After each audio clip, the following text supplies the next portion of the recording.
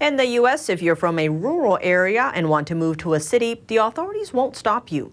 But it's a different story in China. The Chinese Communist Party says it's the party of the farmers and the working class. In the symbol of communism, the hammer represents workers and the sickle represents farmers.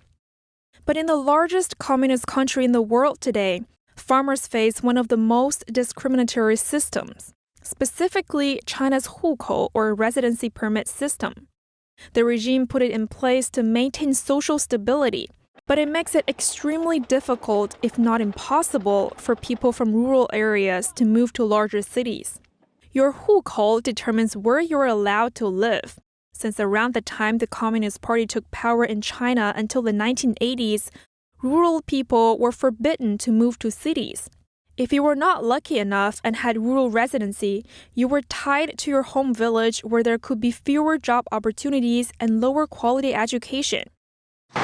The restrictions were loosened after China's policy of reform and openness.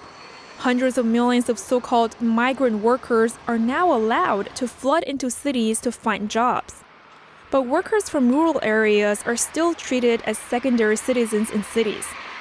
In some cases, their conditions in their own country are similar to, or even worse than, illegal immigrants in some sanctuary cities or countries outside China.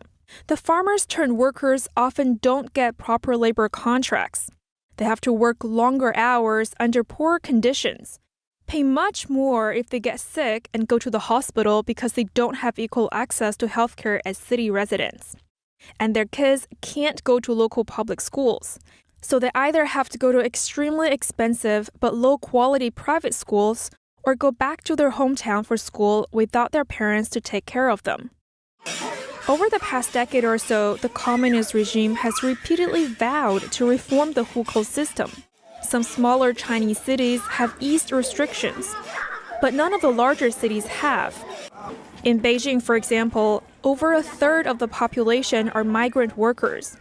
Due to the city's high property and rent prices, many people live in basements, dangerous buildings, or even makeshift homes. In 2017, a fire broke out in one of those cramped buildings. 19 people were killed, including 8 children. The city government then started a campaign to drive what they call the low-end population, mostly migrant workers in low-paying service jobs, out of the city. That's by forcibly demolishing their homes, leaving tens of thousands of people homeless overnight. Chinese authorities, meanwhile, tightened control of the internet, banning related discussions. One Beijing photographer told the New York Times that the forced evictions made him think of Holocaust movies, in which Jewish people were expelled without a word of protest from onlookers.